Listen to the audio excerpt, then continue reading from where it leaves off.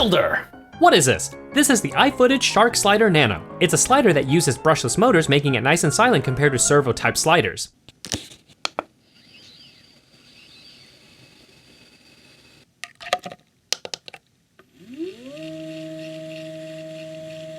Costs anywhere between $600 and $780 depending on if you buy the bundled kit.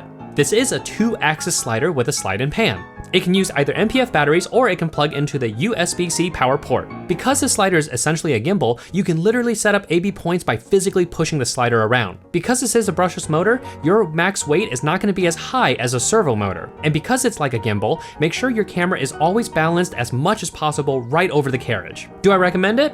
Yes, to people who are doing interviews who need a silent back and forth slide constantly through the interview. Yes, if you're a YouTuber who is constantly doing B-roll product shots.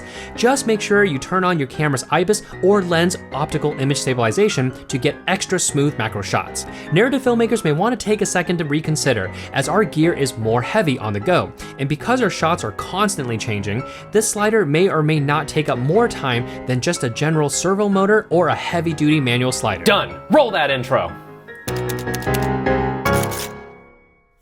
Hey, what's going on everybody? You're watching Too Long Didn't Read Filmmaker, where the answers comes first, the reasons come last, but we're constantly and always still learning.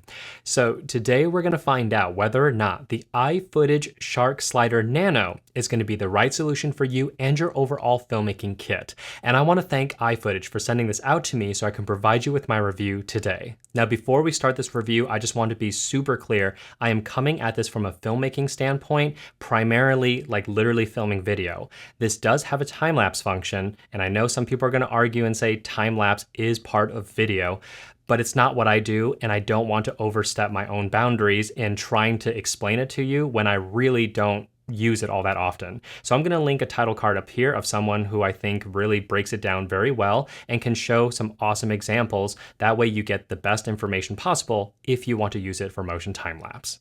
Now the slider comes in approximately $600 if you just bought the slider on its own, and it can go all the way up to $780 if you buy the full bundle kit, which basically includes a carrying case as well as a starting NPF battery, charger, a cell phone holder, as well as some cables to plug into your camera so that you can do stuff like motion time lapses. Now the selling feature of this slider is not the fact that it is very robustly built out of metal, or the fact that you can literally plug this slider into the wall or use an NPF battery, as well as the fact that it uses that extendable slide function if you're on a tripod or some sort of mounted base. No, the selling point is the fact that it is a 2-axis slider for your slides and your pan, and the fact that it uses brushless motors instead of servo motors. What does that mean? Well, because it's a brushless motor, the same type of motor technology that is on your gimbals, that means this thing is pretty silent. You don't really hear it compared to servo motor sliders.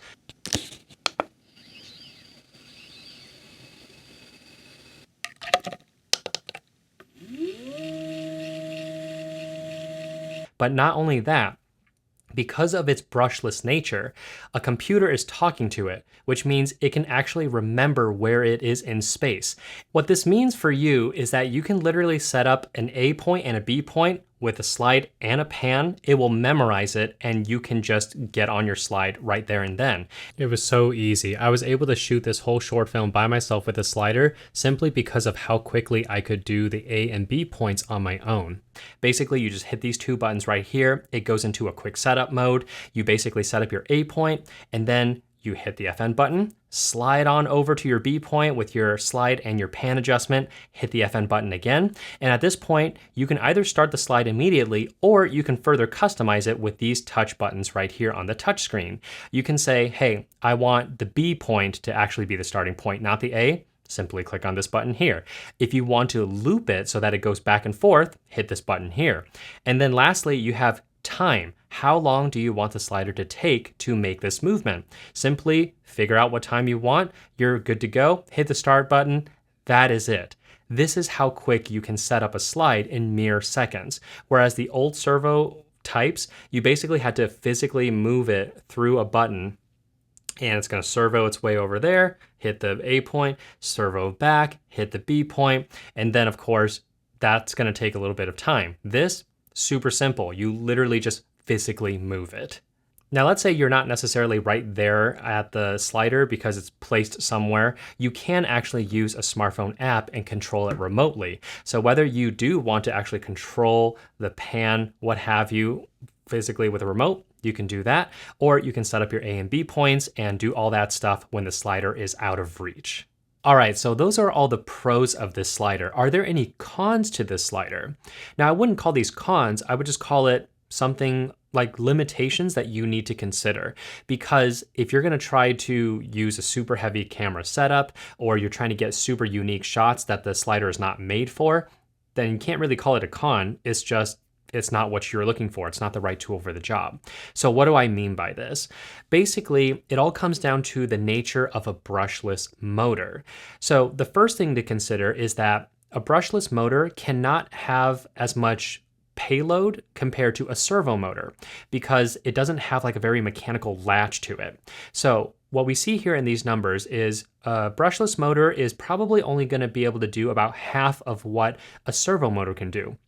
So if your camera setup is super heavy, then just know that this is a limitation that could cause some jerky movements, especially if you're trying to do like an incline or a straight vertical shot, in which case, if you're overloading the motor, you're either going to get jittery performance or you could degrade and damage the motor over time. The second thing about the brushless motor is the fact that it is more or less like a gimbal. When you turn on the system, it's going to self-calibrate. And you also need to make sure your camera is actually balanced center on the carriage.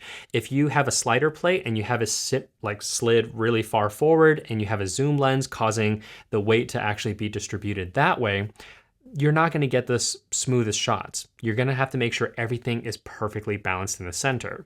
Now, sometimes, not all the time, even though it's balanced in the center, it could randomly cause some jittery moments. And that could just be because the calibration is overcompensating for something, in which case you just need to recalibrate it. Again, it's very similar to a gimbal.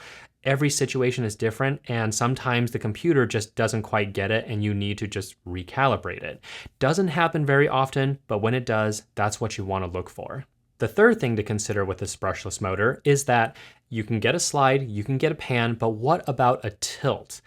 You can't really do that. I mean, you can, but you risk damaging the motors because as it's sliding and panning, if you're actually using a video head and you're cranking up on it or down, you're adding in extra force to both motors that are trying to work, and therefore they're gonna fight you because they're trying to keep everything stable. So if you're trying to pull off one of those shots, don't. You risk damaging the motors. The last thing about this brushless motor is that let's say you ran out of batteries and you can't plug it in and you have one slider shot left and you're saying, hey, let's just manually move it and get the shot. Now, while yes, when the slider is turned off, you can actually manually push this thing. However, because of the brushless motor nature, it doesn't give you a very consistent resistance. In fact, you're going to feel these random bumps along the way where there's going to be more resistance. I've tried this a million times to see if I can actually get a super smooth slide, and I just can't. The resistance is not consistent enough for me to really know what's going on, so therefore you get really jittery manual slides. One last con that has nothing to do with brushless motors is that if you have an NPF battery attached, it's going to drain battery even when it's off. So don't leave your NPF batteries attached. So what's the bottom line here? Do I recommend it? What was my experience, and who do I recommend it for? So in terms of do I recommend it? Yes and no. And this again completely depends on you. What is your camera setup and what are you trying to use a slider for? You need to get the right tool for the right job. Now, in terms of my experience, I've shot a whole bunch of B-roll with this in the last 3 months of all the reviews that you've seen here, including this short film for one product, in which case I was able to get some movement in these shots all by myself. And I have to say my experience with the slider, it's fairly good, like 95% good. And the reason is because it's very quick and easy to set up. Again, I talked about this. It's not like a servo motor where you actually have to press a button and let it manually slide all the way over. You can't move a servo slider. This, you can. Point A, point B, click. How long do I want the shot to be done? Click. That's it. And then I can manually pull focus if I have a wireless follow focus to not disturb the actual slider. Because of this, it's made it super easy for me to get B-roll shots, as well as filming myself and getting very dynamic shots. Now, the 5% where I'm like, it's mainly because of the brushless motor nature and how it does work like a gimbal. With a servo motor, you can load it up, and let's say you do tilt down, you do tilt up, you switch lenses, you zoom out, and the lens extends. A servo motor doesn't care. It's just gonna use its torque and it's gonna move it at a very consistent speed. With a brushless motor, you do need to be a little bit more aware that if the weight of the carriage suddenly changes, you need to readjust the camera in some way so that it is balanced and centered on the carriage. And in those cases, when you suddenly were trying to get a shot and you're like, oh crap, I forgot it, you're going to have to go back and do that shot again. And in some cases, you might need to recalibrate the motor if you suddenly loaded it with a different weight capacity. So that doesn't happen a whole lot. For the most part, your brain will just kind of train and remember that you have to do it. But that is one of those things where it's different between a servo and a brushless motor. Now, in terms of what type of filmmaker is this going to be for? Well, because it's so silent, I would have to say people who do interviews. If you want to do this parallax shot and you just want to keep looping it back and forth, this is going to do the job. It's going to be super silent, so the person's not hearing a whir, whir, whir sound. It's just going to be and that's it. And the interviewer and the interviewee can just concentrate on each other. If you are doing YouTube B-roll shots, again, this is a very good tool. Very fast to set up. And again, if you're getting those close-up shots, just turn on your IBIS or electronic stabilization, something to try to save it from any random moments that it might have. In terms of like travelers or maybe people who do weddings, if you're trying to get this nice dynamic shot and it's not time critical, you're just trying to get some establishing shots before the bride and groom comes, this again would be a very fast system. In fact, you should probably look at their 3-axis system so that you can include a tilt, get your shots super fast.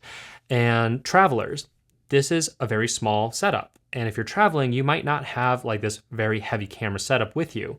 So if you're a traveler and you want to get some nice dynamic shots on the go, I would say, yeah, definitely use it. Narrative filmmakers, this is where I get a little iffy, just because my team specifically, we're independent filmmakers. We don't have the greatest budgets in the world, and we don't have all the time in the world, which means whatever shot we get, we have a couple chances at it and we got to go. In which case, for the most part, if I was to take this onto a narrative film shoot, I probably wouldn't use my principal camera that has a zoom lens. In fact, this slider is going to serve very specific purposes, and I'll probably use a prime lens on it to keep the weight down and make it easier for whatever operator's doing it to immediately shift the weight if something is different and it needs to be rebalanced. That's probably how I would use it, because that little 5% chance that it's not going to give me a smooth slide, I don't have all the time in the world to wait for it to recalibrate. So I probably would just leave a very specific camera on it, probably my A7 III with a primed lens. So with all that being said, my last thing for you guys to think about is think about your camera, check these numbers in terms of your payload, and really understand that the weight is what's going to kind of sort of limit this thing. And then of course ask yourself, what do you actually shoot it for? Do you need that tilt function? If so, check out their 3-axis system. And hey, that is it for this week, everybody. If this video has made all the influence in your purchasing decisions, or you just want to support the channel, I do have some affiliate links down below that cost nothing extra to you. And I also have the super thanks button activated if you want to support that way. And as always, guys, if you have any questions or comments, go ahead and leave them down below. I will get to them as fast as I can. And until then, like, subscribe, and share, and I'll see you guys in the next one.